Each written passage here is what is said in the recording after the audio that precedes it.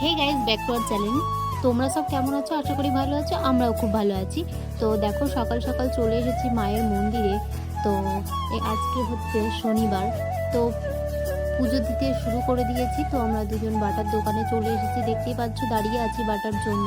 তো এত পরিমাণে লাইন, কি বলবো, এত ভিড় তোমরা দেখতেই পাচ্ছ, পাক দিয়ে দিয়ে দিয়ে দিয়ে এত লাইন। তো আমরা ভাবলাম যে দেরি করে গেলে হয়তো একটু হলেও কম পাবো। তো দেখো, মেলার ভেতর দিয়ে লাইন দিতে দিতে আমরা আসছি, আর এদিকে মেলাতেও ভিড় শুরু হয়ে গেছে। তারপরে দেখো, আমি ওকে বললাম যে এক সাইডে তুমি দাঁড়াও, আমি লাইনে দাঁড়াচ্ছি। তো দেখো, আমি হেঁটেই যাচ্ছি রাউন্ড দিয়ে দিয়ে দিয়ে দিয়ে। কেমন তোমরা দেখতে পাচ্ছ, যতগুলো ভিড় দেখছো লাইন ঘুরে ঘুরে, মনে হয় লাইনে আমাদের মিনিমাম 1 ঘন্টা দাঁড়ানো হয়ে গেছে। তারপরে যে কতক্ষণ দাঁড়াতে হবে সেটা জানি না। তো আবার 1 ঘন্টা পর কি বলবো, আমি তো আমার হাত এলে গেছিলো, তার জন্য আমি ওকে দিয়েছি ডালাটা, বললাম যে একটু ধরো। তো আমাদের মিনিমাম 2.5 ঘন্টা দাঁড়ানো হয়ে গেল। তো কতক্ষণে পৌঁছাবো জানি না। তারপরে চলে আসলাম মন্দিরের সামনে। তো দেখো, একদিক দিয়ে অনেকে কি করছে, অনেকে বেলাইনে ঢুকে যাচ্ছে, এই জন্য না অনেক আমাদের লেট হচ্ছে। তো দেখো, বেশিক্ষণ তো মন্দিরের ভেতরে মানে পুজো সেরকমভাবে দেওয়া যাবে না। ফাঁকা টাইম এলে তোমাদেরকে দেখাতে পারবো ভালো করে ঠাকুরটা। তো ভেতরে ঢোকার পরে দেখো তাও লাইন, কি বলবো। আর এদিকে তো আমি বললাম মুখে যে বাটাটা দাও, তো বললো যে না ঠিক আছে, আমি ধরে আছি, তুমি আসো। তো এই জন্য হাসছিল। তো বাট তোমরা দেখতে থাকো, এত আওয়াজ হচ্ছিল, কি বলবো, এই জন্য ভয়েসটা দিতে হচ্ছে তোমাদেরকে। তো মন্দিরের তো ভেতরে কিছুই দেখানো হলো না। তারপরে আমাদের পুজো দেওয়া কমপ্লিট হয়ে গেল। তারপরে বেরিয়ে যাচ্ছি আমরা। তো ও বলল যে ঘন্টা বাজাবো। তো ও শুনতে পাচ্ছিল না, সেই কারণে আমি জুতো রাখা আছে, এই যেখানে জুতোটা বের করবে এখন। এখন টাকাটা বের করছে। কটা খালি বলেছে? হ্যাঁ,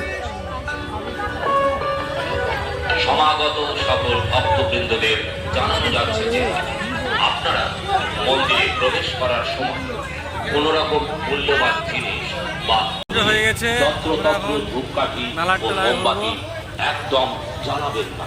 দমকল বিভাগের নির্দেশ অনুযায়ী নদী আছে। চলো চলো।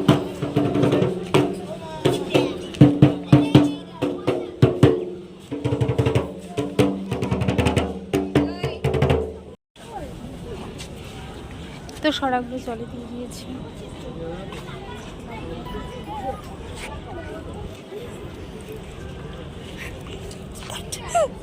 মেলা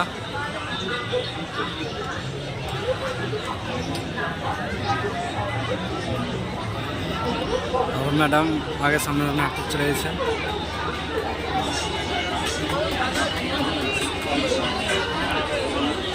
শুধু খাওয়ার দোকান,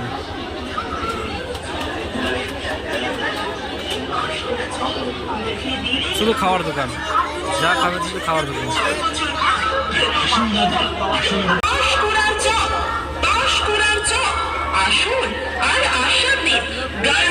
বসে আছে, এখন অর্ডার দিয়েছে, আসবে। অনেকক্ষণ বসার পরে চলে আসলো আমাদের হাতে পুরি। তো এখন আমরা খাওয়া স্টার্ট করব। তো দেখতে পাচ্ছ পাশে একটা দাদা আর বৌদি বসে আছে, তো আমাদের সাথে দেখা হয়েছে, তো আমরা একসাথে খাওয়া দাওয়া করছি। তো একটু মেলা টেলা ঘুরে একটু কেনাকাটা করে টোরে আমরা বেরিয়ে যাব।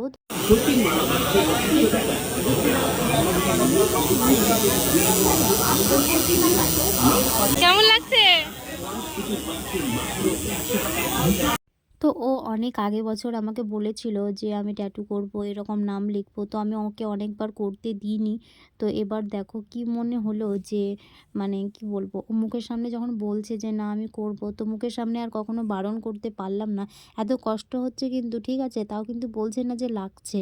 দেখো গাইস, ও লাগছে তাও তবুও কিন্তু বলছে না যে লাগছে। কি বলবো, আর বলার কিছু নেই। তো ওর আশাটাই পূর্ণ করে বললাম ঠিক আছে তাহলে করো, আর কিছু বলতে পারলাম না। তো ও ভালো, মানে ও যদি খুশি থাকে তাহলে আমিও খুশি, তাই না? তো সেই জন্য ওকে বললাম যে ঠিক আছে তাহলে করো। তো ও না আমার নামটাই লিখলো, তো আমাকে বলছিল তুমি করবে, তো আমি বললাম যে না করবো না বাবা, আমার এই মানে কি বলবো, আমার খুবই ভয় লাগে এই কারেন্টের জিনিস। আমি ও করছে তো আমার গা মনে হচ্ছে কাটা হয়ে যাচ্ছে, এরকম মনে হচ্ছে। তো দেখো তারপরে চলে আসলাম রাস্তার দিকে যখন আমরা বেরিয়ে আসলাম, এখানে একটা মন্দির আছে। তো এখানটায় লাইটিং দিয়েছে, এত সুন্দর লাগছে কি বলবো। লাইটিং আরও রাত্রি হয়ে গেলে না আরও সুন্দর লাগবে দেখতে। তোমরা যারা এসেছো তারা জানো কেমন কি, আর যারা আসোনি অবশ্যই এসে ঘুরে যেতে পারো।